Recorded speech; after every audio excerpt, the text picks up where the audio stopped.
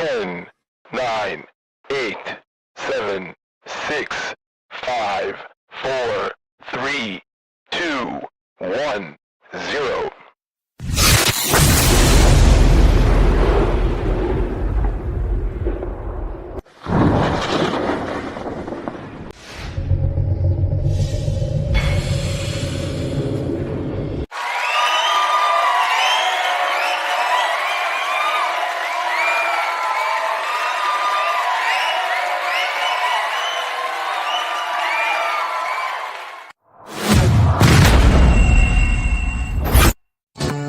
The sophisticated, smooth operator. Unless you forget your manners. Podcaster extraordinaire. We are the Grizzly. We don't play games, we don't sugarcoat. If you can't take it, you shouldn't have never walked through the door. Grizzly maulings take place weekly. And as long as you keep it sophisticated, you won't be the next victim.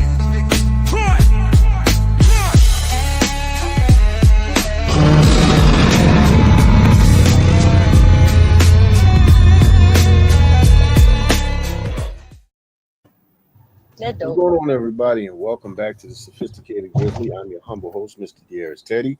And, of course, we have all the family on screen. Today we got my man, Mr. JB of the Grown Man Click podcast.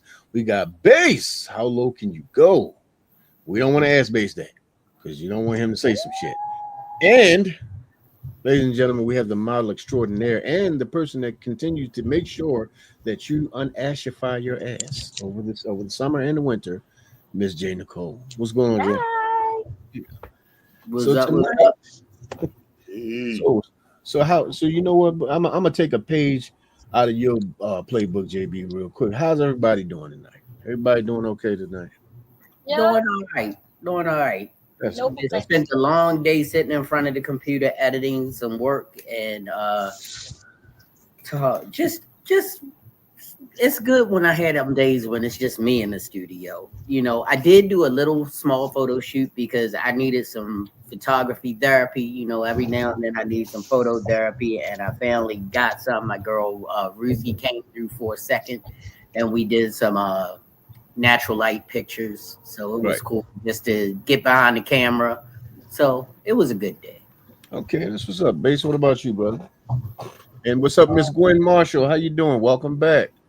Everybody don't know, Miss Gwen had a song on the she had a song on the last podcast that we did. Fire song, nasty song, Miss Gwen. We had to talk. But, I'm gonna need you to drop that in my inbox, please. Yeah, we're gonna need that link. But what about you, Bass? How you been, brother? I'm doing much better than I've been. I can't even get the words out. That's all, folks. Good. Yabba dabba do. Yeah, I seen your post. Mr. Bass. I seen what you posted. Bass, are you turning red, brother? I ain't never seen you turn red. Don't turn the camera off. Oh boy, Miss J, how about you? How you doing? I'm good. I got off, and I ain't gonna say I got off at a decent time today. Yay. Okay. That's cool. I'm that's the simple things for me. Okay, because usually you got that check with me type of time. Right. Okay. Well, tonight, everybody, we are talking about unabling, the art of unabling. What do I mean by that? It is time to stop enabling people and enabling people that enable people that do bad behavior. So sometimes we enable the enablers. And we're kind of perpetuating the problem. We're kind of becoming a part of the problem. And most of that time, if you're the third person out, that shit ain't got nothing to do with you. That's zero. They telling you about it. You know what I mean? Because they're hoping to get at least an honest perspective.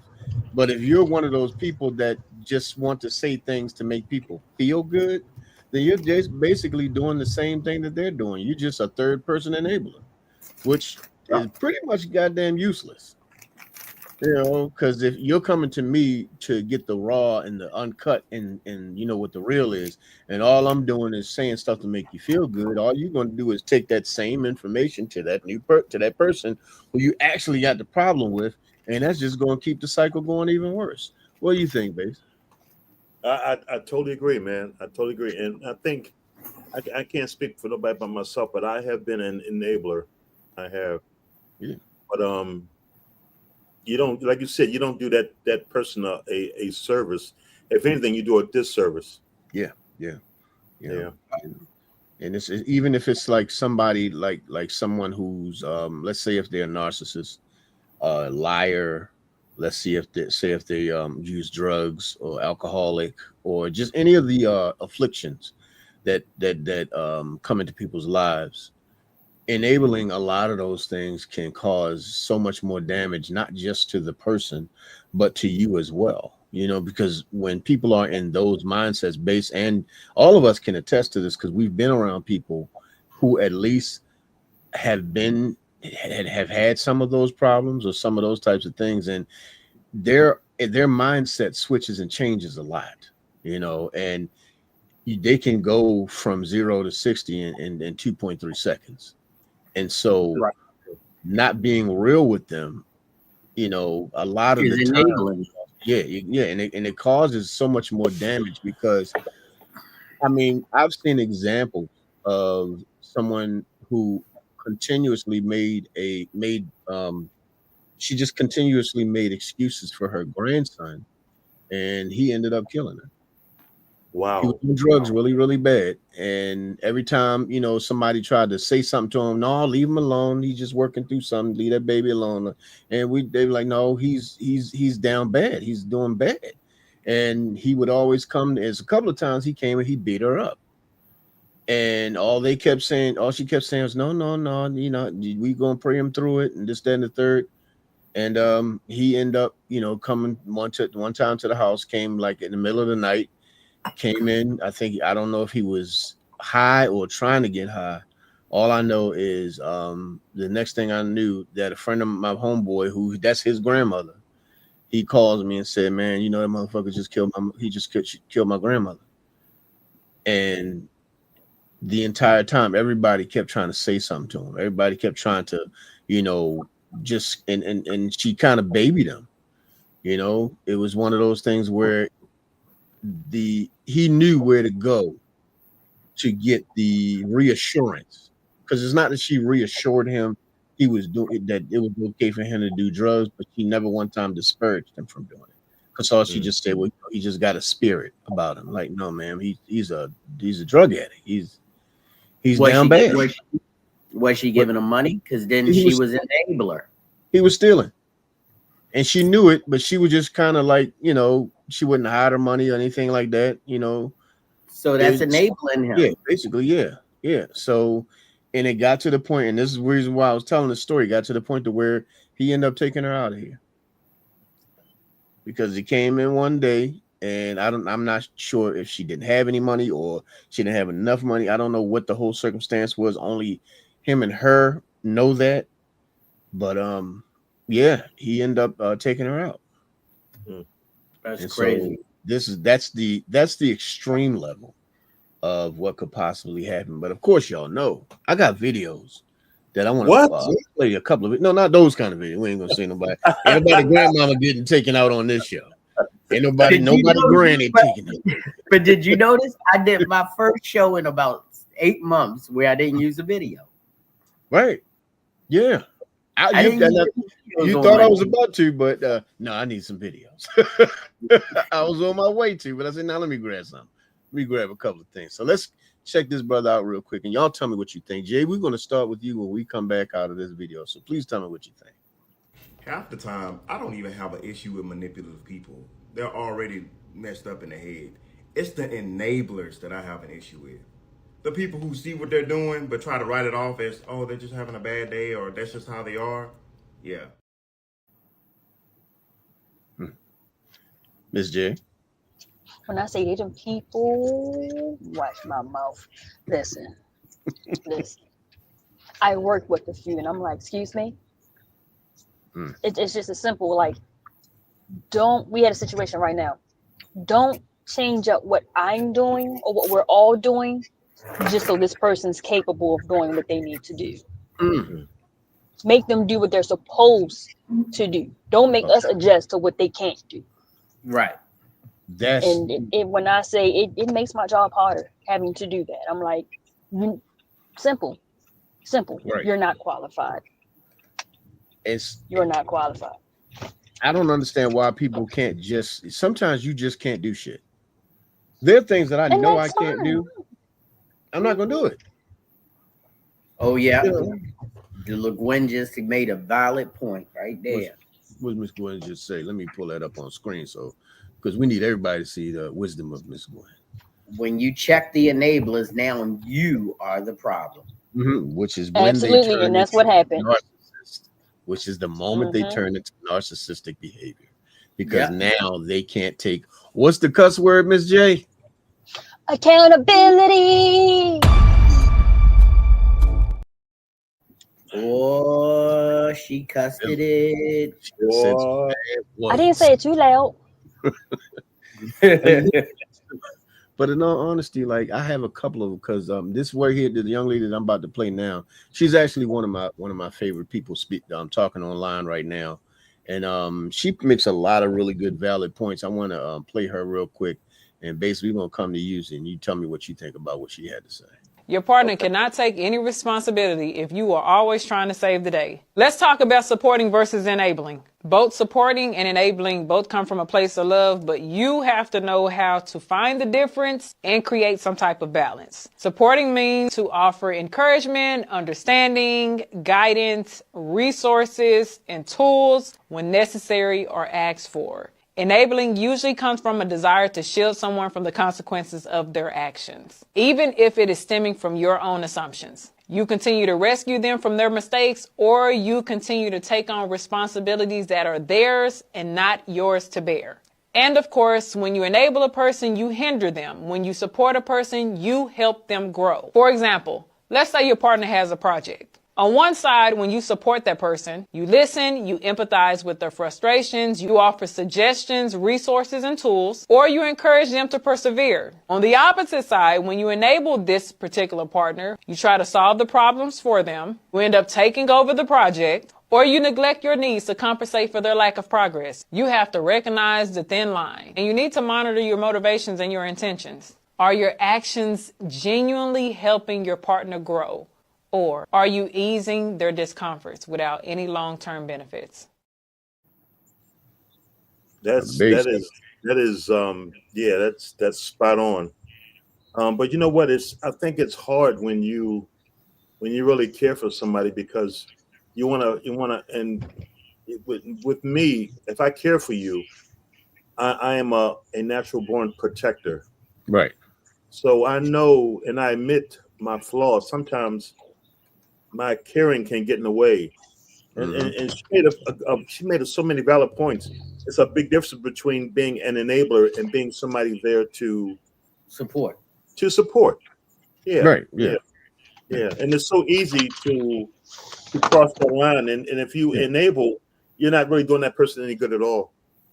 Yeah. Because in some ways they kind of look the same, but they're different completely. JB, can you expound on that? Because I already know JB about to hit us with the words that we're gonna have to look up in the dictionary. But go ahead, brother.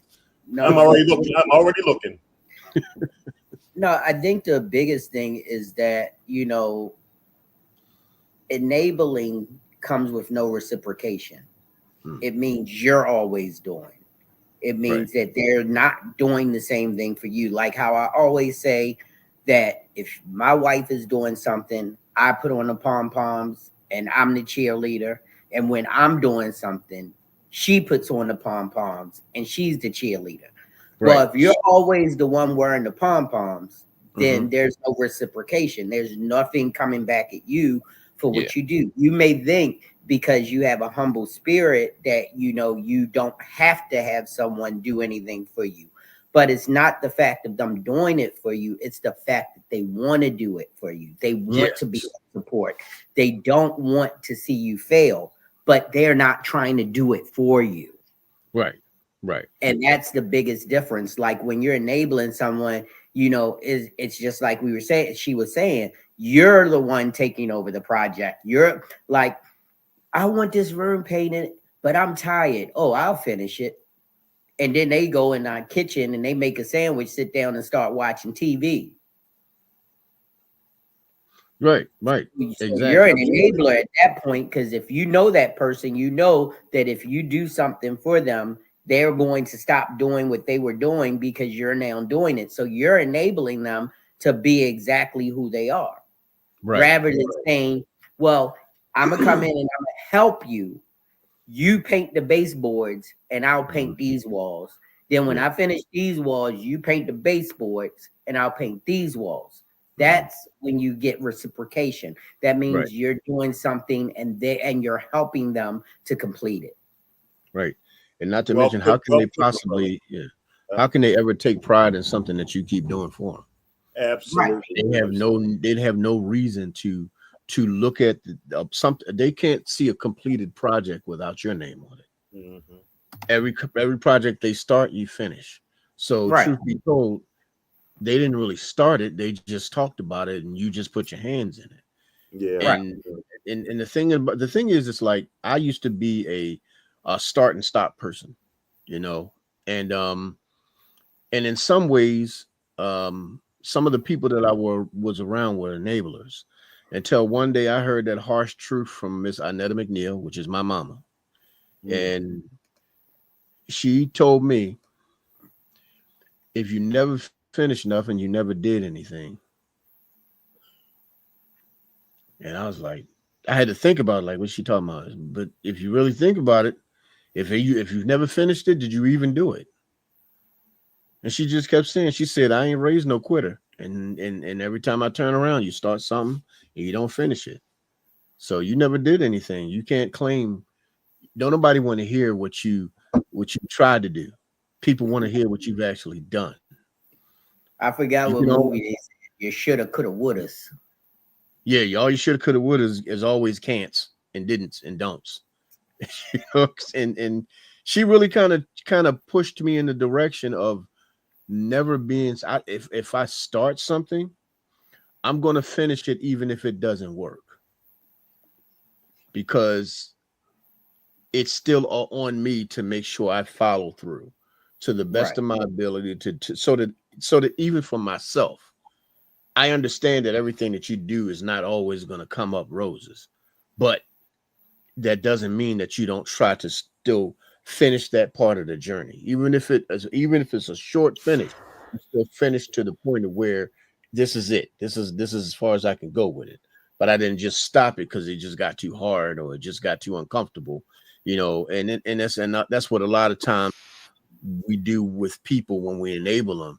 When things get too hard for them, they throw their hands in the air, and we love them. We see the frustration on their face. We see how upset is getting them, and then we get involved in it, and then eventually it's kind of like when we used to watch our kids try to make volcanoes, and you know they getting frustrated because they can't get the vinegar baking soda combination right. You know what I mean? And it's you want to get involved, but it's just like, I remember when that was happening with mine, and I was just like, they're gonna have to figure it out. And it's one of them things where if you have to continue to redo something, you're gonna figure out how to make sure you ain't gotta do that again. Right. You know, nobody want to keep starting over, you know, and eventually they got it, they figured it out. And it's a thing of problem solving where even especially with kids, but there's some adults that don't have problem solving abilities.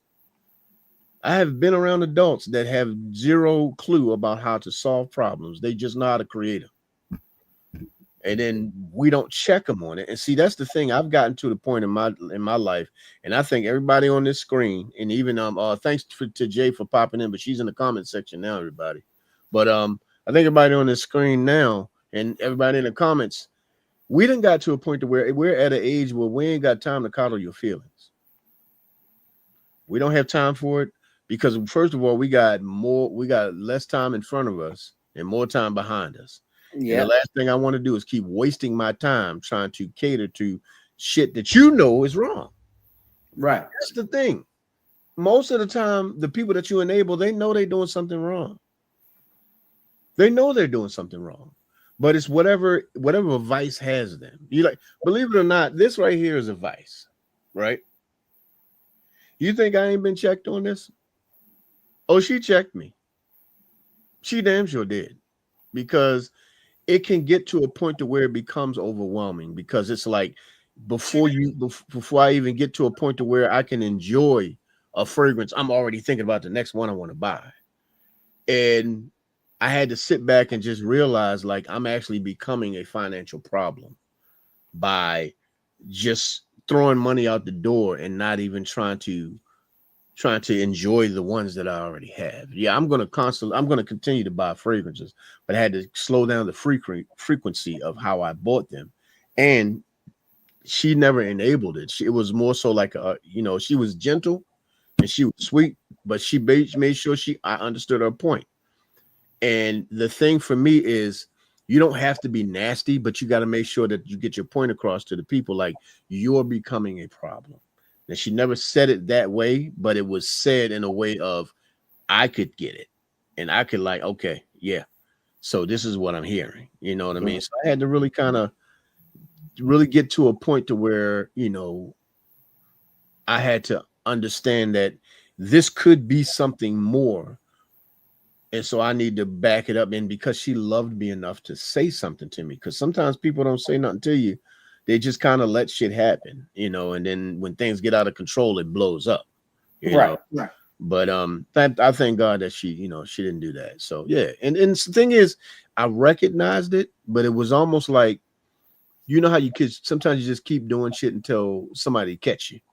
You know what I mean? Right. And it was one of them type of things where it was just like, I got to a point to where I knew what I was doing, but it was almost like an unconscious thing that I was just kind of like, the moment that I had the ability to grab something, here I go, and now I'm more conscious about how much I spend on it, what I'm purchasing, because I don't want to just buy shit and I don't even want it. You know what I mean? Because there are certain things that, I don't even want, and I just buy it because everybody else got it. You know what I mean? And that's a conversation that me and her have had. Like, do you, is that something that you want? Or is it something that's popular that everybody else likes? And I had to really kind of get to an understanding. So that's what I'm saying. So that's what unabling looks like. You know what I mean? Not enabling the behavior that could possibly become a toxic situation. Right. So yeah. So it was when you have the right people behind you and the right people that support you. Right. Exactly.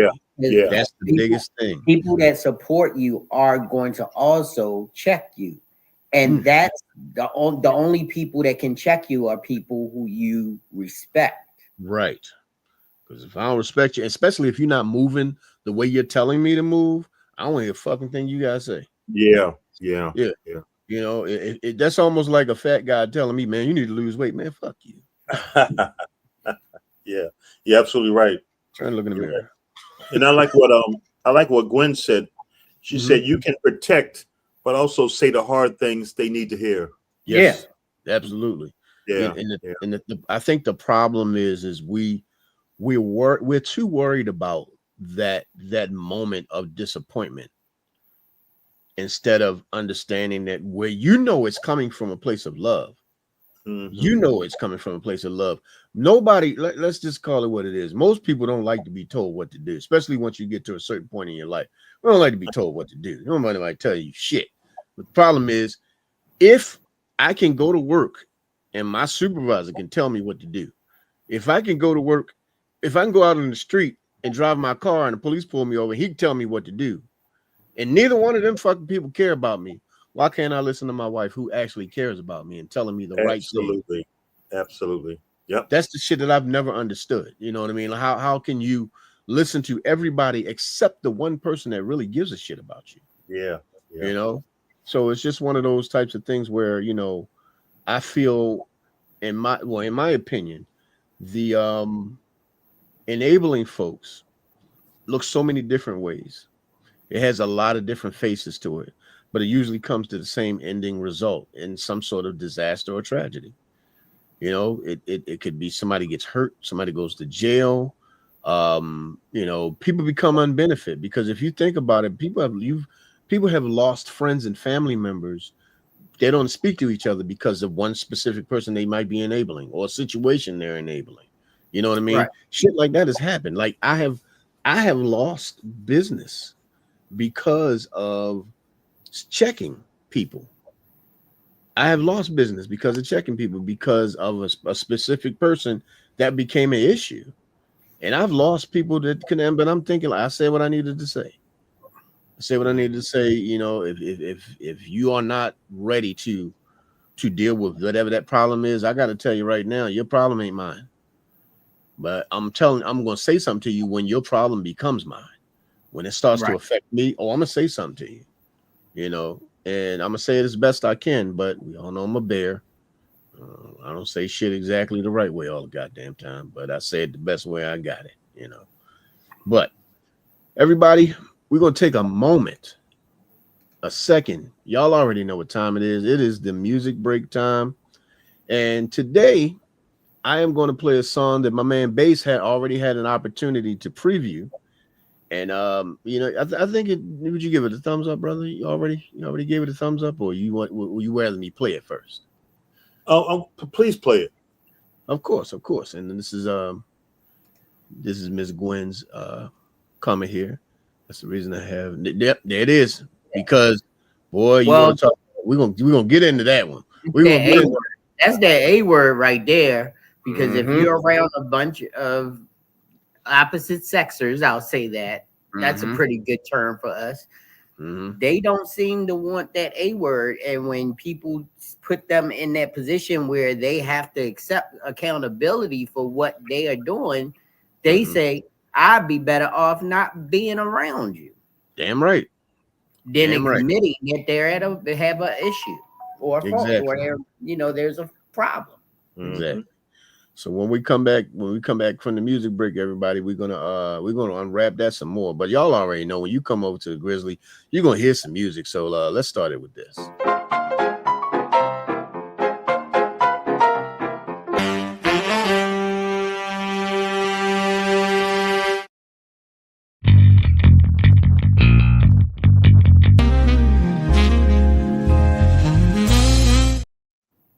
You have reached the music break, everybody, and this is the point where we say either keep it or trash it. So if it's one of those ones that we're going to keep, we're going to push it with a thumbs up.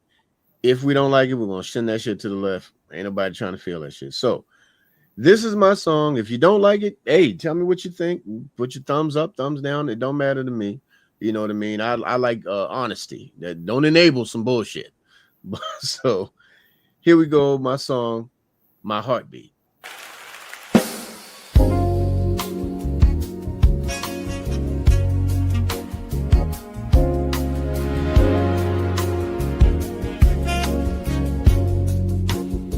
Have you ever been knocked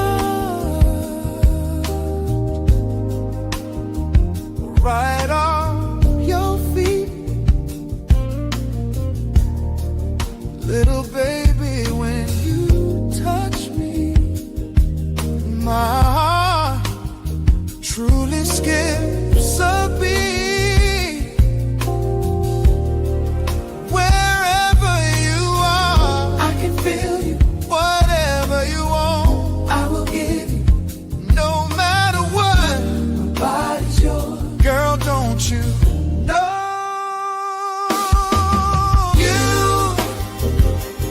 Make my heartbeat, baby, baby, don't you know this?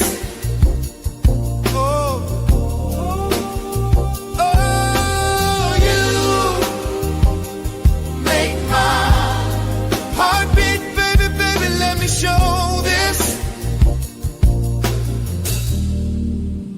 Baby, who you are,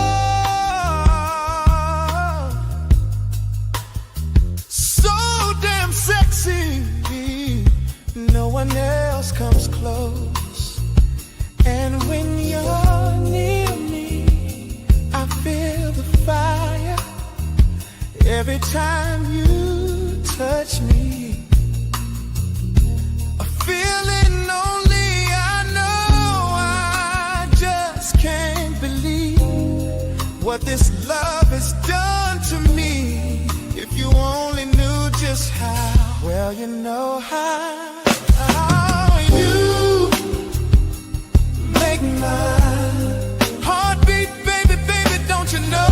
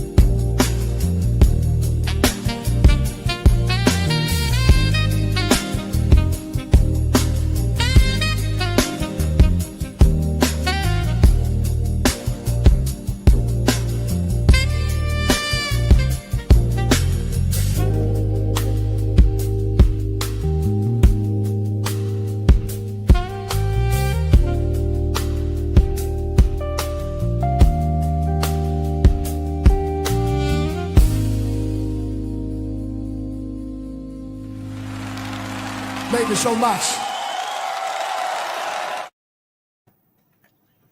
Yep, that's my song, My Heartbeat. What do you guys think? Tell me what you feel about it. Another banger, bruh. You Thank wanna I think it was terrible. I give it 1.5 stars. well, now you Simon Cowell. yeah, and that's what I was going for, JB. No, I'm dropping the what is it, JB? In America's Got Talent, I'm dropping a golden star or whatever. Yeah. Golden buzzer. I done pushed the golden buzzer. Yes. Oh, that's what's up. Okay. Yes. Get that man a contract. Miss Sheila, how you doing? Welcome to the Grizzly. Miss Gwen says, one fine woman there. I'm gonna tell you one thing about that Miss Brown. She's a fine piece of woman. And y'all be respectful in the comments. You better not say anything other than hello, Mrs. Brown. Amen. Keep my wife's name out your Mickey Ficky mouth. And Miss Gwen Marshall said, blue light in the basement, grinding. Finger red #1. Oh my goodness, wait a minute. Hold on. Okay. And she says hello to Mrs. Brown. So we showing the showing that, yeah, see, she was laughing at you, bro. All right, so let us get it. Gwen got me. I need my fan. Where the fan at? Oh, I'm had the fan on. But you better go to a funeral and get you a church fan. You ain't never lied, JB. You ain't never lied, brother. Matter of fact, no, don't get that damn fan because then they're gonna think you line dancing. Some guy. No, I didn't. No, I said a church. I didn't say one of those flick. Yeah, as soon as you grab that fan, where them fans at? No, not that kind. The church fan, the one shaped like this. Yeah, with the with the popsicle stick. I was going to say that too, bro. Yeah. Hey, JB, and I always grab the bent one. That was weird. The lights just dimmed when I put my hand on my neck. That was weird. I don't know what the hell that was. Did you see it? I did. I saw it like this. The lights just dimmed for a second. So you got one of them motion cameras that take over shit? No. You know, some people, you do this to the camera and it'll stop moving, or you do this type of thing or something like that. And yeah, I have had it in my phone where I can hold my palm up to my phone and it'll take a picture. Oh, okay. I don't know if mine do that, but I don't want to do that shit. I just take the picture. But anyway, let's check out this next video with this guy right here, because we talking about, ladies and gentlemen, I know we just had a music break, but we are talking about the art of unabling. We're going to stop enabling these people's bad behavior. So let's see what this guy has to say here. Enablers are the nicest people in the world. They're sweet people that don't know how to say no. And then they enable bad behavior. And so while you were trying to be a help, you end up being a curse in their life. A curse in their life. That's a whole different word. That's a whole different kind of word. That's a little bit harsher. Yeah. But is he lying though? No. Because how many things have we enabled in our? How many things have been enabled in our families that have become generational curses? So like there was a point in my family's life where drug use was prominent, and it literally skipped. It didn't skip. It can't jump to generation to generation. You know what I mean? And I think that the some of the Gen Xers in my family, some of them started getting into it, and a lot of us didn't. So you could see the curse start being broken. And so far from what I've seen, none of our children have gotten into it. So we were able to break that curse. You know what I mean? But it was like a lot of enabling going on, like a lot of nobody wanted to say the quiet part out loud. You know what I mean? And It was one of those things where, you're scared that they ain't never going to come around again. And I think it's one of those things where, like I said earlier, nobody really wants to be corrected. You know what I mean? Most people just kind of want to sit in their shit. And when you don't give them the opportunity, especially, like I said, for me, and I think, I want to see what your sentiment on this is, JB. If I'm not going to say much to you unless I'm close to you or what you're doing is affecting me now. So what do you think about that, brother? I mean, the whole idea is that when you're in those situations, you always try to make sure that, you are taking care of your spirit and doing the right thing that you've always done. You protect yourself. Right. And in an enabling situation and in generational curses, let me tell you one thing. I don't believe in generational curses. Mm-hmm. I believe that you learn bad behavior. Right. And that's not a curse. That's something that you have an ability to not want to keep going. Right. Right. Right. Because I've seen families, well, mama smoked, daddy smoked, I'm smoking. Most people don't know this, and I'm gonna say this on the podcast for the first time because everybody knows, and you know more than anybody because nobody's ever seen me do it. They've seen me do the non-nicotine vape thing, but they've never seen me smoke. Mm-hmm. I used to smoke like a chimney. Big time. If I didn't have my Newports on my hip, I was. Yeah. The reason why I started smoking was not my mom. It wasn't my father. It wasn't my sisters and brothers who smoked, because 50% of them did, 50% of them didn't. You know why I started smoking?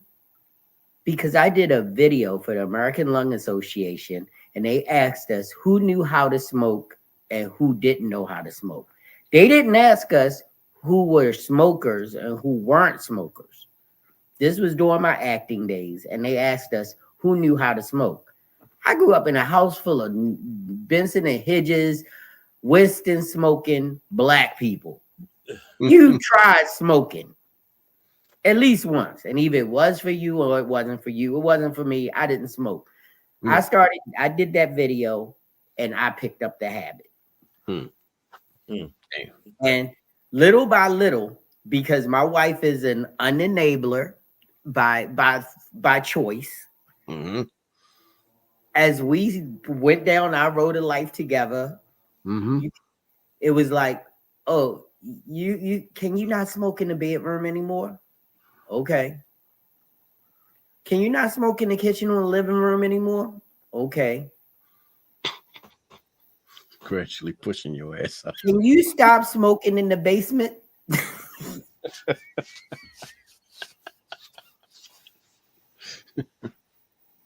Y'all keep leaving all these cigarette butts on the porch. Can you stop smoking?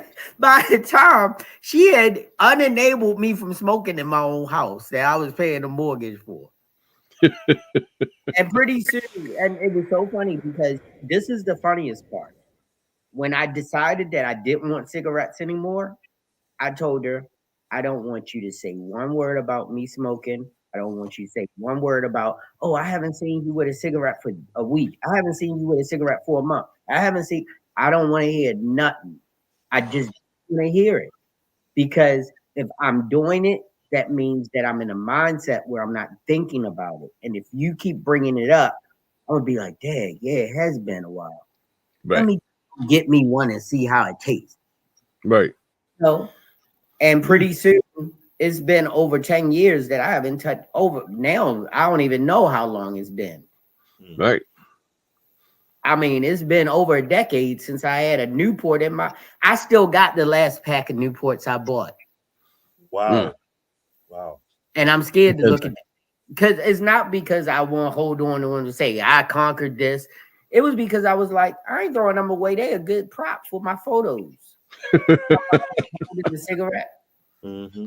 Right, that's true. And that's all they wherever they. I mean, and now I know they're in my office in one of the drawers somewhere, but I wouldn't give nobody one of them stale ass cigarettes to use. They'd be like, why they smell so bad? How long you had it? Over a decade. Yeah. So you got them secret unenablers. Like my wife, slowly unenables me from shit. She gently nudged you. Yeah, so to go back to the original comment you made, it's like family can be your biggest hindrance or your biggest help. Right. True. But if you want something, you also have to declare it within yourself that that's what you want to do or what you don't want to do, so that you can make it happen. Right. So, because just like you, Grizz, no matter how many times Mrs. Grizz would have talked to you about your cologne and purchasing, if you didn't have a loving spirit about it, you could have went, I hear you, but I'm still going to be buying my shit. This my shit. This what I do. Right. Not thinking about the consequences it can have on your relationship. Exactly. But because your relationship is so important to you, you had to go, let me look at this. Yeah. She ain't wrong. I do buy a lot of shit. Mm-hmm. Yeah. You know what the funny thing about it is, and it wasn't an ultimatum that came from her. It was what I said to myself. I would sell everything on this goddamn wall if it was causing a problem with us, that me having this was a problem. I'd sell everything on this damn wall. Mm-hmm. Right. Because what's going to be more important is my relationship with her. That's I right. can just wash my ass and smell good. Right. You know, but for me, it's one of those things where the fact that she said something in the first place means that there was something that needed to be said. Mm-hmm. Right. And the fact that I needed to listen because of the fact that if she said it, it was said out of love. It wasn't an attack. And she's not lying. I had to think logically. Of course, you first start hearing about it. These are my babies. You know what I mean? So I'm sitting there like, what you mean? I can't buy them no more brothers and sisters. What you mean? What's going on? What's happening? But then I had to think about it like, you know what? You got a lot of shit, bro.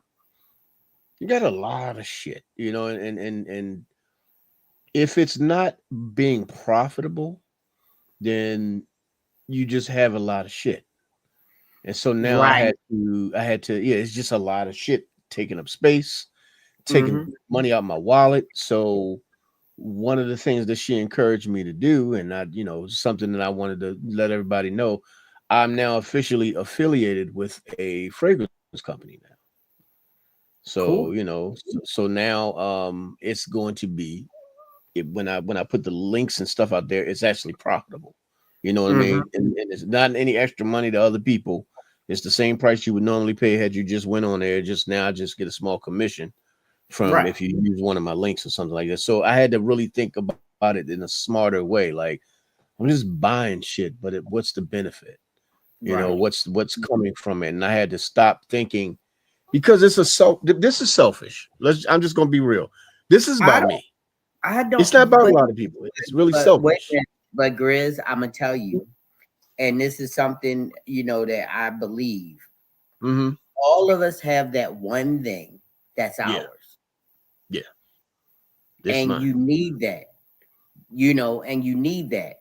It's it's just like anything. Everything is bad for you if you don't take it in moderation. Right. Now, if you're at the point where your walls are full with cologne, and now that you can go 2-3 years without ever wearing the same cologne twice if you wanted to, right, then is that a good place for you to be? Right. Okay, yeah. Oh, I'm good. Just like right now, it was a sobering moment for me because I had a piece of equipment that was in one of my buddy's studios, and I have no use for it. Right. And so I took a picture of it. I don't know if y'all saw my Facebook post. I was like, hey, selling this. First person to come over gets it. Right. It did it again. It did. It just did it. The whole light thing just did something weird. Yeah. That's weird. Oh, there it is. The lights didn't move. The light didn't dim. Well, anyway. And I had one of my photography buddies, call me and say, you selling that? I'm like, yeah. How much you want for it? I said, how much? I said, I gave them a price. And they were like, When can I pick it up? Because I had no use for it. Right. And and then I'm looking around, and I have a whole room. I have a storeroom full of equipment that I will never use. Right. Because God graced me with a storeroom full, a studio full of equipment that I use every day. Right. And I'm like, I need to go in there and I need to start posting this stuff and selling it to these photographers. Because some of it was gifted, some of it was from helping people out or whatever. And I just bought what they had to offer and knowing I wasn't ever going to use it, but maybe they were in a bind, so I bought it from them. Yeah. And now I'm seriously, I got too much stuff in my studio at this point. So now I want to clear out my storeroom. So it's going to be a fire sale coming up pretty soon. Well, no, I do purge boxes. So that's one of the things that we brainstormed. So if I have fragrances that smell like other fragrances, I purge them. I don't keep them in here. You know what I mean? It's because it's like, let's say I have 3 or 4 different fragrances that smell like Creed Aventus, but then I also have Creed Aventus. Why I got this other shit? You know what I mean? So what I do, take one. Just tell me how much. Hey, there I go again. Enabling. No, that's what I'm saying. That's the thing that I do. Like, if my friends say they selling something, and I'm like, if I don't have anything that smells like Creed Aventus. If I want to smell like Creed Aventus, I go up to Macy's and spray it on me, and then go out at night. Let me see. That is a hack, people. Yeah. if you didn't know, that is a hack. Like, I can't afford an $8,500 bottle of cologne every goddamn time I want to smell like it. I will go to the good store right before I go out after I took my shower. Got that fresh. Look, bro. What is that? I can snatch at 3 bottles right now that smell like Creed Aventus. So for me, it's just like, I don't like base. The Club de Nuit that you have, that's the Creed Aventus. That's what Creed Aventus smells like. That's what Creed Aventus smells like. I have that right there. I have this right here. But see, for me, it's like one of those things where I purge this stuff. Can you add it to me through the screen? I can go that. But that's the thing. But so I've gotten to the point now where, you know, she's made it. It wasn't like a thing where you just need to stop doing that and stop. It was more so like, let's make a suggestion. What can we do? Calculated buying. Exactly. Yeah. You know what I mean? So it's one of those things where if I have several things that smell like one thing, I may hold on to 2 because sometimes they'll have nuances within the fragrance that I like. Like one might be more fruity, one might be more fresh, one might be more smoky. So when it has those 3 different kinds of elements, that's like, okay, I may have different uses for those, but if they are spot on the same exact thing, get out of here. I'm not gonna hold on to it. You know what I mean? So it's just one of those things where I had to be smarter with it. I had to understand that this can't be a problem for us. This can't be an issue. Of all the issues that you can have, fragrance, of all the issues that you can have in a relationship, that's gonna be the breaking point. You know, scented water. No, not in this house. You know, right. So yeah. So for me, it's just like I get to a point to where that right there was constructive. It was understood. And like you said, JB, I had to make sure that I heard her. It couldn't be just a thing where she said something and I just dismissed, like, all right, whatever, man. I've been buying fragrances long before you came around. No, that don't mean shit. Nope. Why am I buying? You know what I mean? Like, it's not even why am I buying. Why does she find my buying a problem? Yeah. And if that's a problem, I need to stop it, because if she's the one who I want to give tummy rubs and booby rubs to at the end of the night, how am I going to keep them tummy rubs and booby rubs going if I'm doing something she doesn't agree with that makes perfect sense? Right. It makes sense. Now, if it ain't make sense, I wouldn't be listening to it. Right. You just saying it because I just don't like. Okay, it sounds like a you problem. Mm-hmm. But if it's one of them things where this could become an issue financially, it could, and not to mention, believe it or not, this could be a real addiction. It can possibly, it can be a real addiction. Like I had to get a grip on it. And because of, the way she cares for me, it allowed me to take a real good look at myself, and it wasn't a thing where for me, I don't think that I'm some kind of a fool, or because let's call it what it is. Even with all of this on the wall, there's a lot of value in a lot of this stuff. As stuff gets older and as it sits, especially the way that I keep my stuff, they won't depreciate in value. They'll go up in value, actually. Like if they let's just say they discontinue one of these on this wall, it goes up immediately. It goes up from whatever price I paid for it to 3 times as much as it was worth. Let me tell you something. I think my brother's a secret millionaire because my brother been collecting. Did it again. My brother been collecting comics since as long as I can remember. The light is not changing. This is the computer doing it. But he's been collecting comic books for as long as I can remember his first name. And he never let me touch him. I believe he's sitting on a mint, and I believe, he probably is. And that's what I did. Like the thing about me is that the equipment and everything that I buy, it depreciates immediately. There is no stock value. Like everything that I bought for thousands of dollars, some of them are still like my cameras are still pretty value related, but some of them other cameras I got, they on a wall because all they are is museum pieces. They not worth a damn. They don't do shit. Yeah, unless you have a collector that is really into that type of stuff. Yeah, and that's like a rare thing. But I believe that if my brother was ever in a financial bind, he'd just go, "No problem, babe. Here's a box of comics I'm gonna sell." Right. He probably got some first editions of all types of shit. You know what I mean? Yeah. Believe it or not, like the thing is I've made sure that I'm not so attached to this stuff to where I'm detached from her. Like let's call it what it is. Like this right here, I pulled an example off the shelf. This right here it's an expensive fragrance. Now it's never going to depreciate in value. If anything, if they ever discontinued this fragrance, the value of this would skyrocket. But if she said, refocus your camera. Oh, got you. But if she said, it's on, bring it to you. And there you go. So if she ever said to me, babe, like right now, I need at least like $200-300. This be out the door tomorrow. It'll be out the door tomorrow. Right. Because her needs will always supersede this shit. Right. You know what I mean? And so, but see, that's how you know you are not addicted to it. You just have a passion for it. Big time. Yeah.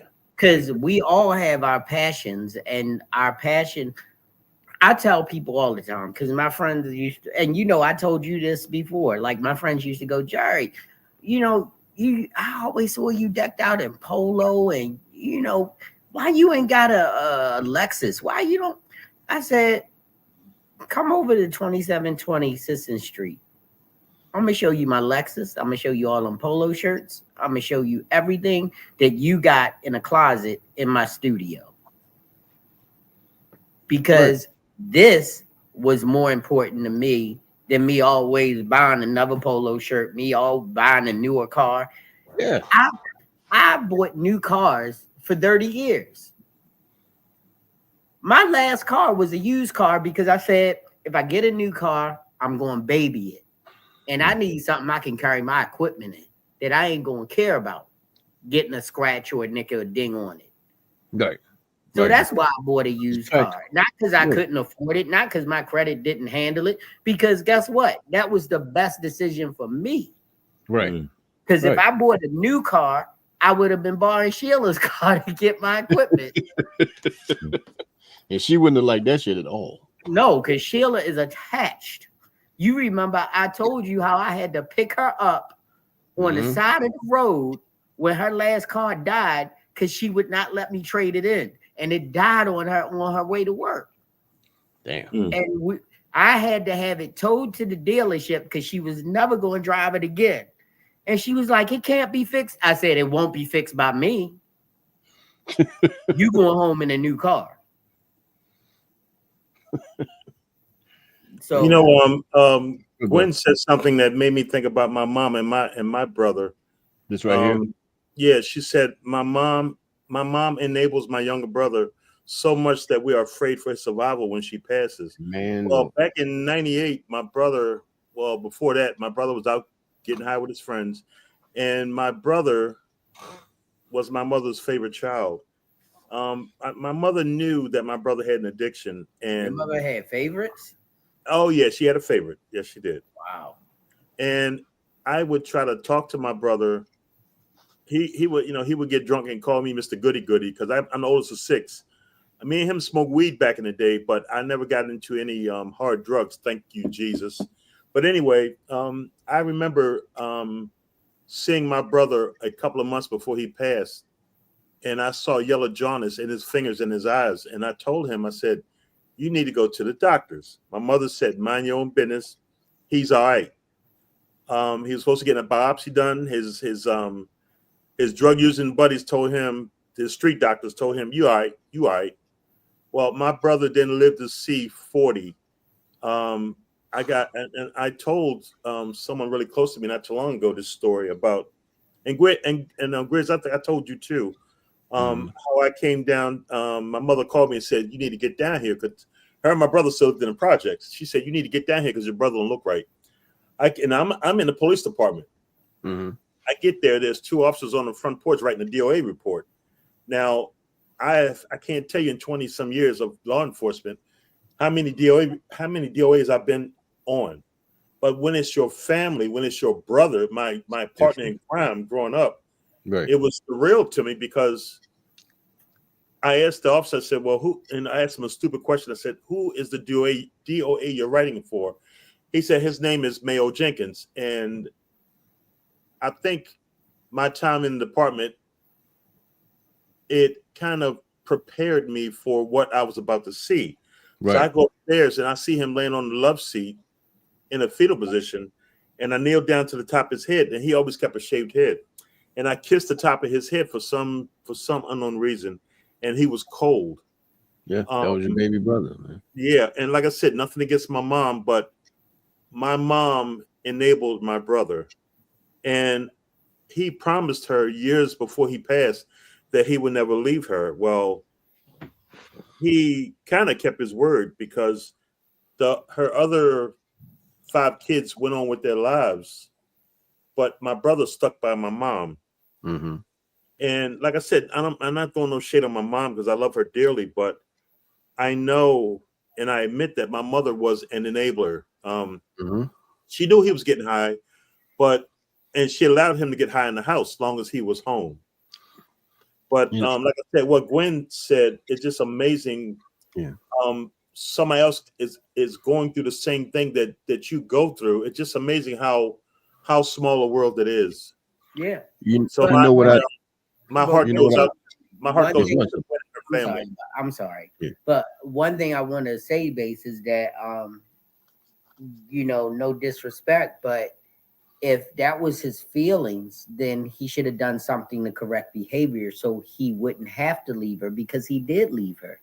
She was still there. Yeah. You know what I'm saying? So I mean, like, if you really support and want to be there for someone, then you do everything in your power to be there for them, and not anything that's going to be something where they're going to shed tears. And be in a state that your mom definitely was in, because if you say, as you said, that was her favorite child, then maybe, I mean, and your mom, so I'm not trying to discredit what you're saying, but maybe it wasn't a fact of him being the favorite. It was that he needed the most help.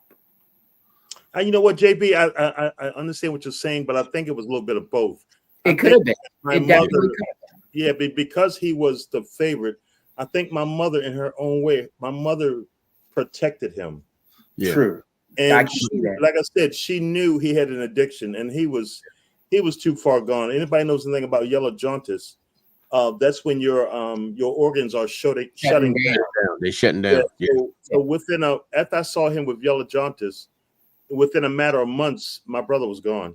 Yeah. But you know what? I think another thing that happens with people that enable, especially parents, and this is I think this is real talk with parents. We don't want to look at our kid and think that we failed. Exactly. So we make excuses even for bad behavior because we feel like the choices they make now reflect on us. Absolutely. You know? And so you don't want to look like I failed as a parent. So you kind of smooth it over because if you know anything about a mama, she know how to make shit look shiny. Absolutely. Yeah. Anything about a mama can make some shit look shiny. Like she could buy you some of the cheapest goddamn clothes that you've ever gotten from the store, but send you out the house looking like a million, like you spent more money on your clothes than them kids down the street that bought them expensive clothes. Mama knew how to make it work. Except for when my mother bought me a pair of blue Buster Brown fake leather shoes. Them hard plastic. You can't make them right. And she wanted me to wear them to school. Man. Okay. Do I have to tell you about the rust-colored suit I wore at graduation? I love my mama, but guess what? She said, if you don't wear them, you ain't getting no new shoes. And guess what? When I threw them away when I was 19 years old, they were still brand new and only worn once. Bruh. I had 30 pairs of old shoes that I would wear before I put them bitches on my feet. Them bitches was ugly. They was like they were like fake saddle shoes in blue, dark blue, and medium blue. It was 2 shades of blue, and it was fake leather with a hard plastic sole. Buster Browns, bro. JB, I would have worn them out the house. I probably would have been shot because my buddies would have not wanted me with them. Hey, JB. Yeah. Why would you have to go to the fake leather? Remember the Wild Wild West? They used to come on back in the 60s. Of course I do. Well, in my mind, I was James T. West. I had a pair of black pleather pants. And when I wore them to school, every time I wore them to school, the leather started to peel.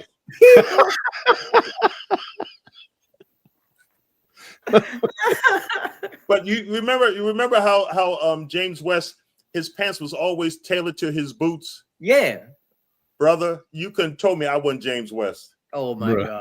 Even though my pleather pants were falling apart, I was still James West, but I was in a fight and they messed my leather pants up. But in my mind, man, my buddy. Hey Grizz, What's I up, was bro? I was proud of those pleather pants. Bro, my buddy Johnny Rome found them blue Buster Browns in my closet one night. Oh my God. We was getting ready to go out one night. He pulled them out. He's like, "What the fuck is this?" Bruh. Hold on. Dude. Bruh. I turned gray and ashen when he pulled them out the closet. He was like, "You wearing these bitches tonight?" I'm like, "Fuck if I am." You worse. Oh my God. They were worse. Oh They my were worse. God. Bruh, the Buster Brown. They were 2-tone fake leather What's up, with Shauna? a plastic sole. Wow. Bruh. Wow. Damn. There was Bruh. no escaping the embarrassment wrapped around them shoes. Let me tell you something, bro. when you first of all, I knew my mom that I wasn't my mom's favorite. let me say this, bro. Graduation day, getting ready to get. This is when we could still graduate from junior high school. Yeah, to go to senior high school. So right. Graduation day. Now everybody got suits. I don't have a suit. I ain't never owned a suit in my, I never ever owned a suit. So I'm trying to figure out, what we're gonna do with this. So my mom, baby, I went out and got you a suit. Okay, cool. You want me a suit? That's what's up. I didn't even know they made suits in the color of rust. Yes. My mama sent me out that damn house with a rust-colored box suit. over your right shoulder. Yeah. That's the color of the damn suit. This was the color of that goddamn suit. I thought you were talking about like rust up in one shelf up to you, two over. One shelf up, go over one. No, other way. Oh, this That's guy. rust. No, one over from the one you had your hand on. Oh, one over from here? That one. Oh, that's white. Rust. That's white. No, not the one I'm looking at. Not that one, the next one. Oh, that's gold. Just the seam. No, I seen a couple kids with that color suit on with the big ass collar. Man, look, my mom bought me that damn suit. Now I could not sit up here and now I would have broke her heart had I said anything. Hey, And Shauna, when did Shauna come in? Yeah, Shauna popped in a couple of minutes ago. There she How goes. you doing, Shauna? Hey, Grizz. Huh? Since we're sharing, I got married back in 1970. I'm gonna say around 72ish. Oh, you had the ruffles and the big bow tie velvet. Grizz, JB, I was Prince before Prince was Prince. You had butt out jeans on? No. Thank God I did not. No, Wait a minute. Hold up. This is a different kind of damn podcast. Hold up. JB, I had a three-piece apricot tuxedo with white Al Green plastic pleather shoes. I had a white ruffle shirt with ruffle, and I was walking down the street with my bush. Ladies. I was looking like Leroy DeBarge. Walking down the street, watching ladies. I'm thinking about watching you. Hey, JB. Yeah. And people were looking out the window, wanting to know where is the rest of my Jackson brothers. Do you know a police officer got a hold of that picture of me and put it all over the precinct? Put it in the bathroom, the ladies' room. Hey, you talk about embarrassing. But JB, back in the 70s, with my ruffle, now it might be surprising to you, but if you go into a tuxedo store now, you can't find a rust apricot tuxedo. No, you shouldn't. You shouldn't be able to. You shouldn't. Well, back in the 70s, I was Prince before Prince. Hey, bro, hey, Grizz, and this is a true story. You could have told me I wasn't clean. Look, man, let me tell you something. Even with the rust-colored suit on, I pimped that shit. You. Even with the rust-colored suit on, because here's the thing. Guess what my papa let me wear? My dad, the OG, Big Papa. My man let me spray the Dracar Noir. Oh, woo. So I was looking homeless, but I was smelling good. But yeah, man, I like tonight. I think I want to play one more video, and we can skip on out of here. This is the very, very interesting one. So y'all tell me what y'all think about this, and then we can start shutting everything down. So here we go. Look, I don't know who needs to hear this morning, but I got something I want to say. Loving somebody and enabling their behavior is not love. That's not love. When somebody guilts you into doing something for them, that's not love. Sometimes love is the hard way. And I'm not talking about tough love. I'm talking about encouragement and knowing and standing your ground, drawing boundaries. I promise what will happen eventually is you will get resentful, you will get sick, you will get depressed, and so on. So look, this is what I want you to do. Next time that loved one calls you to try to do something for them because they're sick or because they need this or need that and they're not doing the next right thing in life, call me. Call somebody who understands what addiction is like. Call somebody who made it out the other side, who can help coach you through this. Because the worst thing in the world is when this person dies, having that guilt because you enabled them and led them to that road. They deserve better. You deserve better.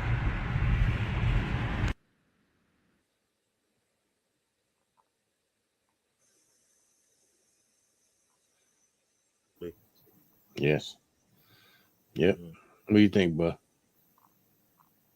Not a word was said that wasn't correct. I mean, you. Whew. Yeah. Yeah.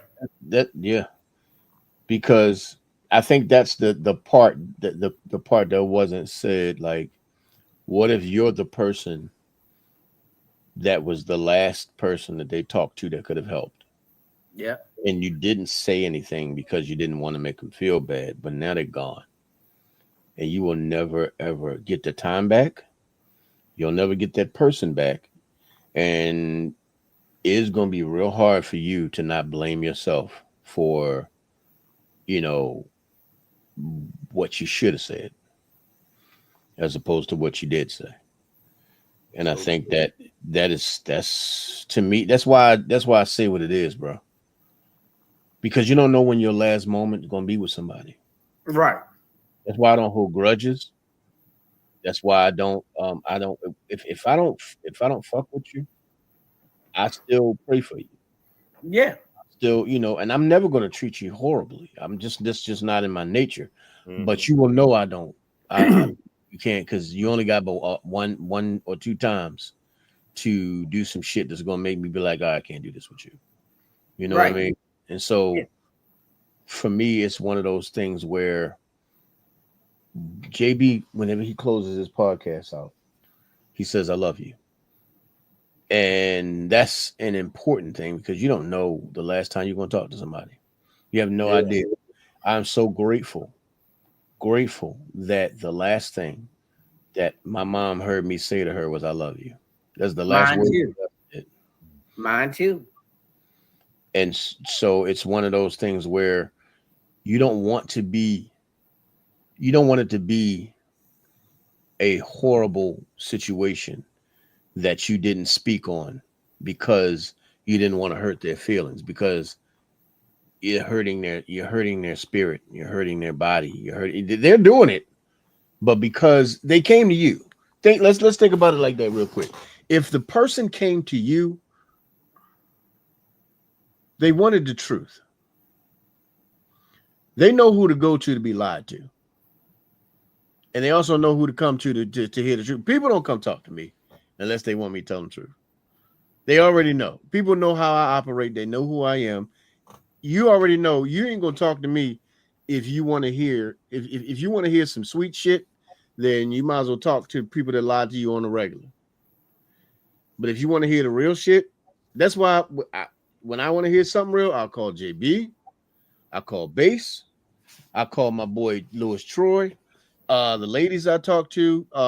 You know, I'm calling. You know, I know for a fact that if I call Sheila ain't gonna sugarcoat nothing, period, at all. But she's gonna say it in love, though. She's not gonna say it in a hateful way. She's gonna say it in love. But it's one of those things where I know the people that I can go to that's going to tell me the truth. But I also know who's going to lie to me and stroke my ego. I don't talk to them. I don't need my ego stroke. I'm already arrogant enough. I don't need my damn ego stroke. I need people that's going to tell me the truth to make sure that I stay grounded. You know what I mean? And I, in turn, show that same respect for the people that I care for, to be truthful with them, not harsh, not horrible, truthful. Now, the only time you can say that I've been harsh and horrible is if you fit the description of what I'm saying. Right. That's the only time you can say that I'm being harsh and horrible, because it's hurting. You feeling the pain of what's happening. Like, you feel me stepping on your goddamn toes because it's fitting you. Right. You know, because I have told friends, you being a bitch right now. I've said it. I've had friends tell me, yo, you being a real bitch right now. Because the thing is, at the moment, we know when we being that. Yeah. We know it. We just want to talk to somebody that either can confirm or deny. We know what we're feeling, though. So when I want the truth, I know who to go to, and I know exactly how they go. Like I said, the harshest thing, and it was over a female, harshest thing Louis Troy ever said to me. I hope you get whatever the hell you deserve. Whatever she do to you, you deserve it, because you keep walking into a situation that you know gonna hurt you. So whatever she do, you deserve it. Painful as hell, hurtful, but he was right. And Grizz, what's up, bro? You and I have gone down that rabbit hole, and I have shared relationship issues with you, and you didn't sugarcoat it. Sometimes I didn't want to hear what you said. Sometimes you pissed me off. But when I sat back and I thought about it, I came to you a couple of days later. I said, bro, you were right. You were right. And you know what? It did to me, man? It touched my heart, because you didn't say what I wanted to hear. You said what needed to be heard. Yeah. And that's one reason why I love you, bro, because I don't need anybody in my life to stroke my ego, because I'm just like you said, I am arrogant enough as it is. I don't need an entourage. I need friends. Exactly. Thank God. Exactly. Say that, man. That's what I'm talking about. And my friends are far and few in between. I already got enough dick riders on the IG. You know, but you know the thing about it is the reason that I say what I say, right? Is if I don't care about you, I have zero opinion. Absolutely. And the worst thing that I can see is one of my friends hurting. And because my first instinct is to like I'm one of them people that'll go say something to the person. Look at bitch. I'm getting a little tired of you fucking with my boy. I'm that guy. So I'm relaying what I would say to her to you, hoping that you, for 1 second, do flip mode shit and become me for that 1 second and just say the shit. You know what I mean? And I remember one time somebody asked me. People don't like when I do that. They be like, Jerry, no, Jerry, no. I'm like, it's the truth, though. Yeah, it's what I'm. The thing is, JB has been harsh with me. And guess what? I took that shit in stride. JB ain't gonna say that shit unless he cares. He watched me going into a bad direction once again with a woman. I done had some bad luck. Thank God I'm off the market, because I don't know what the fuck I'm doing.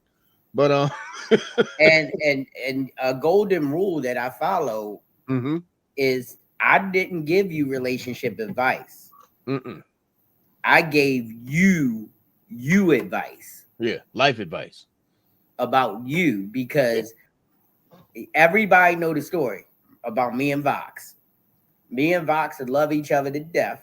When me and Vox were young, we just knew we was Dr. Phil and Oprah, and we used to give each other relationship advice, and it'd be some of the dumbest shit, because we weren't on the other side of the curtain, and we thinking when you're young, you compare every relationship to what you're going through, right? Whereas when you're old, you compare every relationship to what you went through. Right, which is way different. Absolutely. So when you in that sugar and sweet, that's all you see when you young. But once you're older, you have a balance of sugar, sweet, good, bad, and everything. But back then we was young. Right.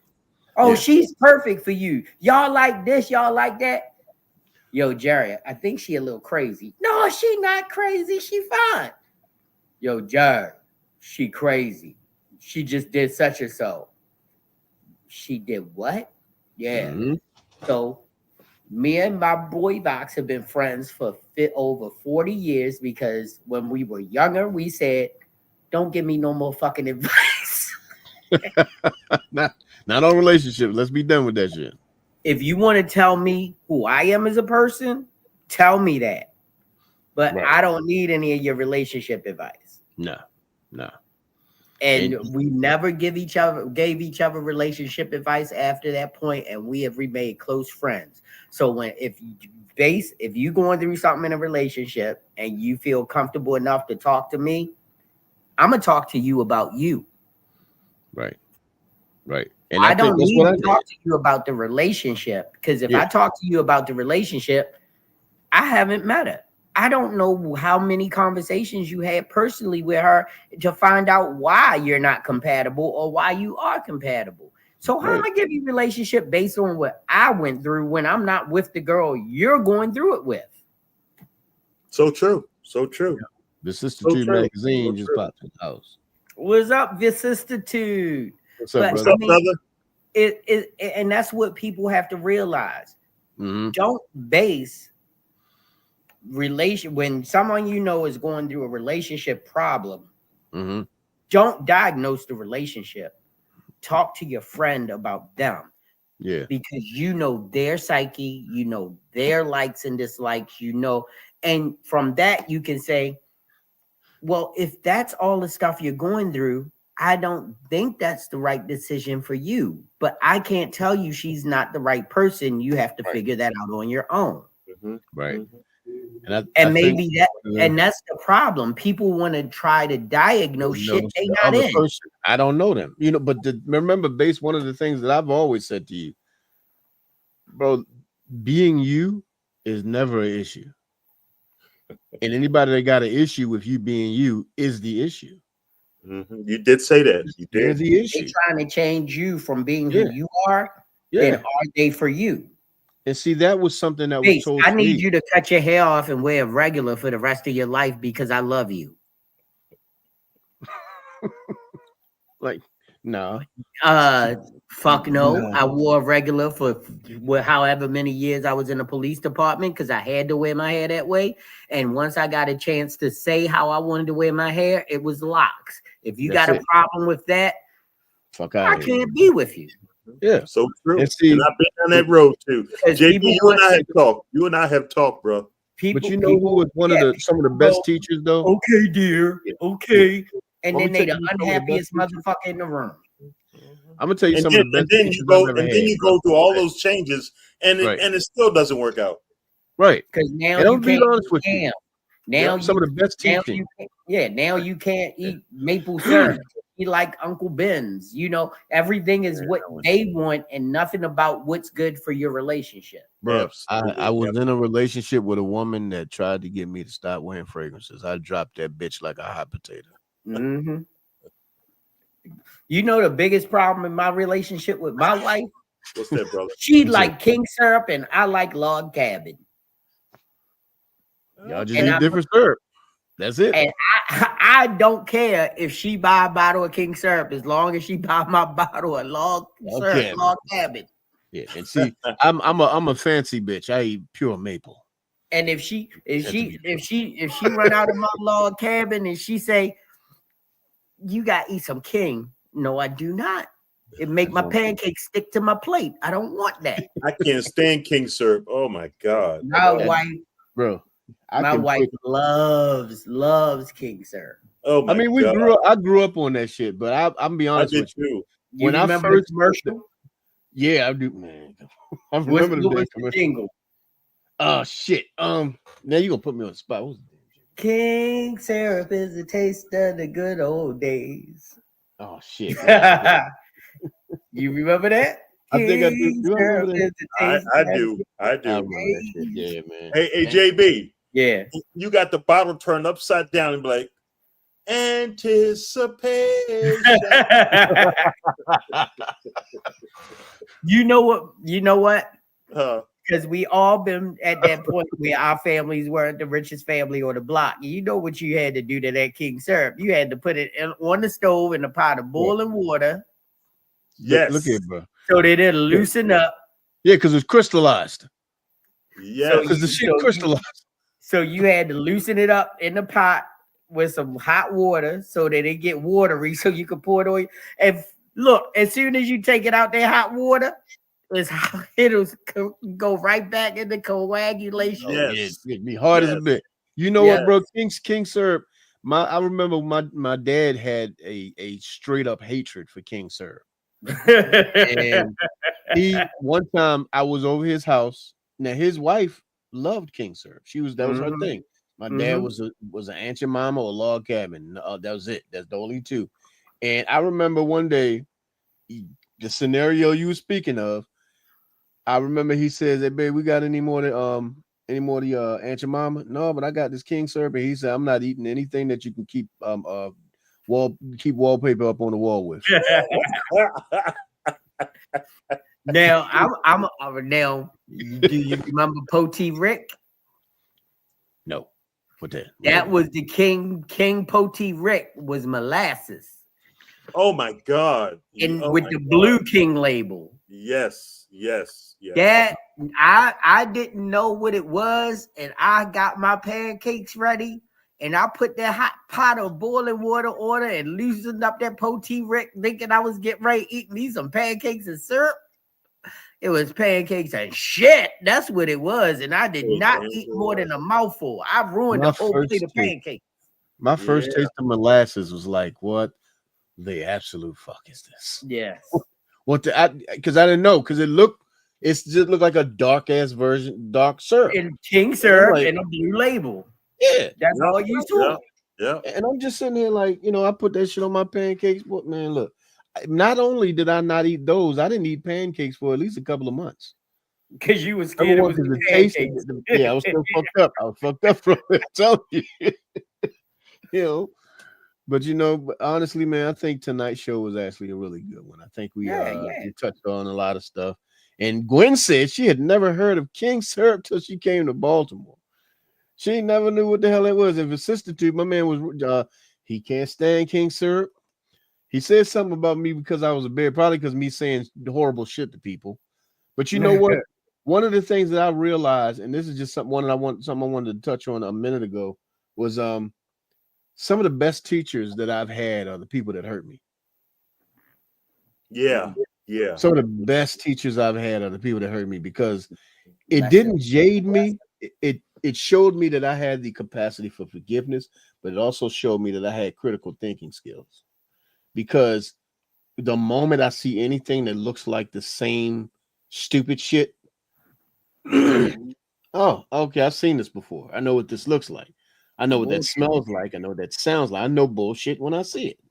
Okay, all right. I'm gonna let you play this through, but I'm watching you now, because after a minute you start hearing buzzwords, things that kind of sound like other shit that hurts you. You know what I mean? Unless they said that specific one word, but that's not a catalyst to who they are. It's just something that they said.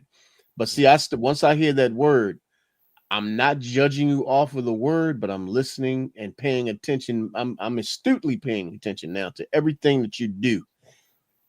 Anything that you do that don't match up to the shit that you say, I'm done. I ain't got time for it. Because I've already seen what that looks like. I've seen what a wolf in sheep's clothing look like, and I got tired of being a fucking sheep. Mm-hmm. You know what I mean? So now I'm no longer a sheep. I'm a whole goddamn bear, and you ain't no wolf gonna fuck with a bear. So you can try that shit if you want to. You know what I mean? So it's just one of them things where, I had to get to a point to where not only did I have to not enable other people, I had to stop lying to myself. Right. Because we can do that. We enable ourselves sometimes. Sometimes I'll be like, man, you know what? I ain't gonna buy no cologne this pay. And then some shit pop up across my feed. Like, you just lied to yourself. Go and get that goddamn. But then there are certain times where I just like, you know what? I understand I'm starting to pay attention more to the whole selling shit. Like when somebody pops something in your goddamn face, it's brand new and it's shiny. And believe it or not, I just really started paying attention to just how much a bottle can be an aesthetic of something that actually draws you in. The bottle that somebody put something in. Like I love Izzy Miyake. I have a lot of Izzy Miyake fragrances. And it's something about them Izzy bottles. I just love them. You know what I mean? But I had to get to the point to where I had to understand, like, I don't have to own everything that man made. God rest his soul. I ain't got to have all that shit. You know what I mean? So I had to really get to a point where. Izzy Miyake is a mad motherfucking fragrance. Every bottle. Bro, wait a minute. I need you to see just how sick this shit is. Hold on. Just. Now, JB, this Izzy Miyake, is that expensive? No. Some of them, but most of them are medium price, medium range, what we usually pay. Oh, okay. But now, it's just some, do I have some? Mm-hmm. Yeah, a couple. I don't think I have any. I don't think so. Yeah. Well, the thing about me is that I am like him, but I have a much condensed version. Like I have a plethora of perfumes and colognes, or the eau de perfumes, because you're a man. But on my nightstand, and this ain't even all of them. No, I told you I'm bad with it. He's got what? 20, it's 22 fragrances, right? Yeah, Izzy has 22 fragrances. I think altogether he has 22 fragrances that you can currently purchase. Yeah. I think I got 15 of them. Right. Wow. Okay. Yeah, let me see. Something like that. Yeah, but something like that. Yeah. But I got some discontinued. I love Izzy. I love the fragrances. But I had to understand that I'm not trying to put Izzy's kids through college. You know, that's not my goal. I like the fragrances, but I'm starting to buy shit that ain't even on the market no more. You know what I mean? Like, oh my God, I have never smelled that. Okay, there's gonna be plenty of shit that you never smell. Calm the fuck down. Let that shit go. I had to learn how to take a laxative and let that shit go. Let chill out. I ain't gotta do this. I ain't gotta buy all this shit, you know? And so really it's just like I said, and don't get me wrong, I love all my Izzy fragrances. They all smell good, they smell great, but I had to, in moderation, and understand that, you know, I have to get to a point to where I'm not allowing this to become my entire identity. You know what I mean? Like, you know, people already call me the fragrance guy. You know what I mean? But I don't want to just be known as that guy. You know what I mean? It's not a problem because it's, you know, what bad can people say about you if you smell good? You know what I mean? But I also wanted to make sure that I didn't like kind of try to embody that. It's not just about that for me. You know, it's not just about buying fragrance. I want to experience them. I want to love them. I want to be able to, you know, make a use for them, you know? So yeah, that's how I had to slow down on this Izzy problem, bro. It was a problem. I'm telling you, you know. So basically you've seen the Izzy bottles though before, haven't you? You know what? I think I'm telling JB, I don't have any. No, I don't have any of those. You see that bottle, right? I like it. I like that bottle. Yeah, that's what I'm saying, bro. These bottles will get you, man. They'll get you. Yeah. You know? Yeah. Hey, look, Gwen said, "Don't hate on molasses. My grandma made it homemade." Well, so she cooked up sugar cane. That's fine. Cooked up sugar cane. That's fine. Now, I don't hate on it. I don't like it. No, believe it or not, like I don't like molasses. I was a child. I don't have a problem with it now because I make gingerbread. It's good to cook with it. It's good to cook with it, but to just use it as put it on no pancake. Yeah, I can't. Yeah, I was a kid, and it messed me up because I didn't understand the taste, the texture. I didn't know it was like a burnt version of sugar. I had no idea. But molasses is basically sugar cane. It's the step before. It's the step after caramel. Oh, okay. It's the next step. So what happens is, Mr. Vicissitude, you just lost me. Ugh. What's that? Now you know damn well he ain't no Scrapple. Oh yes, I love Scrapple. I love Scrapple. Hey, Bates, you forget where he's from? Or Mayberry? No, Pennsylvania. That's where they created that shit. He eats scrapple. I didn't know he ate. Oh yeah, he fuck up some scrapple. He gets the good shit. Look, Gwen got me intrigued. She's talking about molasses on hot biscuits. I think I would try it. No, I'll just put my honey. Honey. No. I do syrup because I believe do it or butter not, honey. a hot biscuit and you put some Butter regular honey. syrup on it. That shit tastes like pancakes. Butter honey. A hot biscuit and you put some butter in between that thing. Man, look. Now I'm showing my fat boy butter shit. honey. That little drizzle of honey on top. Oh. Man, got me playing with my nipples. Don't be playing. Please don't, JB. Please, we're still recording. Please don't. You said biscuits and honey. Oh my goodness. Come on, bro. Love you, Sheila. See you soon. And look, and some damn put some strawberry jam or some shit up, man. Ooh. Grape jelly or strawberry jam? Oh, grape jelly, baby. Grape jelly, baby. Grape jelly. I believe it or not, I was a grape jelly person all my life until my mama got rich one day and bought some strawberry jam. Ooh. And I put that shit on the biscuit. I was done. It don't taste good with peanut butter. No, it don't at all. No, at all. But on a hot ass biscuit, ooh, man, yeah, that's fine. Come on, sir. But man said six on the plate. Preserves. No, first of all, bro, don't be coming up here with the preserves shit. Like, look at his ass. Next thing you know, he gonna ask for some Grey Poupon. Right. I don't mind no peach preserves. Peach preserves on anything. You making a goddamn peach cobbler with anything. Biscuits. I'm about to hit y'all over the head with some real good shit on some hot. It don't matter. Peach apple butter preserves. Apple. Oh, that's my shit. Apple butter on some hot biscuits. God damn it. Come on, JB. Good. Now Grizz got me playing with my nipples. Oh my God! Man. Apple butter. I can't tell you that somebody had some apple butter. Hot buttery toast. A base. There's a farm out this way. They make homemade apple butter. Oh my! The next time the farm opens up, I will go get you a jar of that apple butter. Oh, I'll give both of y'all a jar of the apple. I cannot tell you last time I had apple butter, bro. Oh man, that shit. I'm telling you, it's insane. Nice. Matter of fact, JB, you know the apple oatmeal raisin cookies? Yeah. I put that apple butter in those cookies.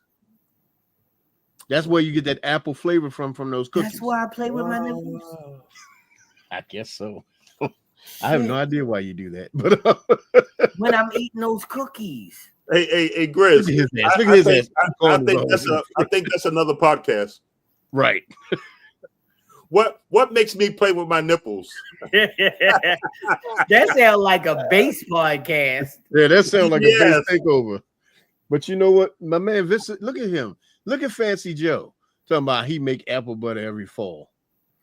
That's now I'm had to taste this shit. Now I gotta taste that shit. You can't talk about making apple butter and not. You make it with your hat on or your hat off. Hey, JB, and please tell me Hey, JB, and please tell me he got his shirt on. No, don't make shit. I do not want no chest hair in my apple butter. Look, hey, JB, I don't want him playing with his nipples while he making it. Oh boy, we done made a reference to playing with nipples about 6 times now. So. Yes, we did. My man said the hat always. Shit. Oh Lord. Taking that hat off for nothing. Hey JB, so that tells me that the vicissitude is naked with just a hat on. I don't want none of your apple butter. I don't want to think about that. I don't want none of your apple butter. You know what, JB? I gotta bring you up to the top, bro, because damn it, we didn't took this shit off the rail. Please tell them where they can find you at every Monday night, my brother. Hey, JB, why you saying it? Play with your nipples, please. Damn it, don't do that. All right. Thank you so much, Grizz. Every Monday night, 8:05, the Grown Man Click podcast with me, Scott T, Richie Rich, the Slut Gang CEO, and Van Gogh. That's what we do. We get you started with your week the right way. Oh, man, I'm trying to confirm a guest. We trying to bring back one of the original guests from our beginning podcast days. They are still our most watched podcast of all time. So we're trying to lock them down. I hope to have it confirmed. I thought I was going to have it confirmed today so I could tell y'all, because everybody tuned in for that podcast. That podcast had you asking your significant other questions you never thought you'd be asking. But guess what? If it goes down, you'll know about it as soon as I know about it. That's the Grown Man Click podcast with me, Scott T, Richie Rich Van Gogh. Monday nights, 8:05. You'll see Jay Nicole. You see Bay sometimes. You'll always see our big brother in these podcast streets, the Grizz. So please come in, 8:05 Monday nights. Thanks, Grizz. Of course, my brother. And yeah. And this one, our most watched podcast of all time to this day. I mean, people are still watching it on YouTube. It's that popular. Okay. So I hit them up. Well, actually, they hit me up, and I was like, "Yo, when you coming back to the podcast?" They said, "When you want us back." I said, "Well, I got an opening next week." So I'm just waiting for them to, because they on the road, they doing a lot of good stuff around the country that they do, and I'm just trying to lock them down while they're in the DMV area and try to get them in here. But you remember that podcast? That was a podcast with Lady Shy, Marcy, all of them. Bronwyn was on there. They was all asking questions, and just it was an amazing night of podcast. So because if you're not going to learn something, then you don't grow. And that podcast actually taught people a lot about relationships. So That's what's up. Brother Bass, any words of wisdom for the folks out here in podcast land? Yeah, since JB wouldn't do it, I'm gonna have to do it. Don't be an enabler. Be a helper, but don't be an enabler. I'm done. So, and I tried to stop you from doing it, so I was not an enabler. You wasn't successful. No, you weren't, JB.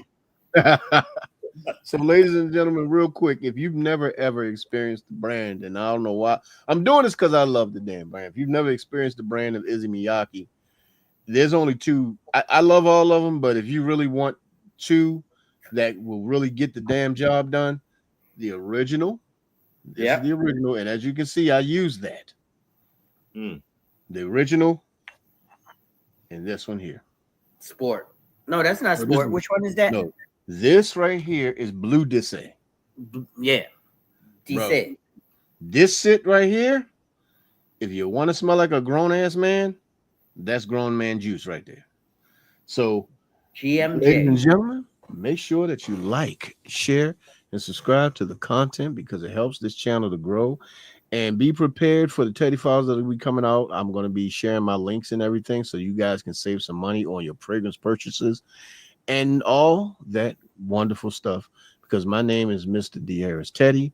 And if you like what we had to say, we love you. We appreciate you. Please continue to come back and tell everybody else so that they can come back with you. And if you don't like what we had to say, you got a problem with what we had to say, you already know how we do over here. Here's what I got to say to you. You can shut your mouth. Shut your black ass mouth. See you in the next one.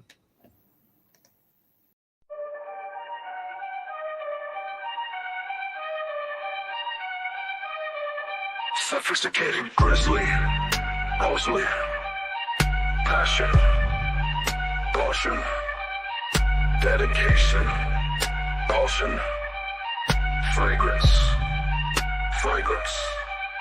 summer leader, Porsche, Dealer City, Teddy, it's time, Porsche, Dealer City, Teddy, Grizzly,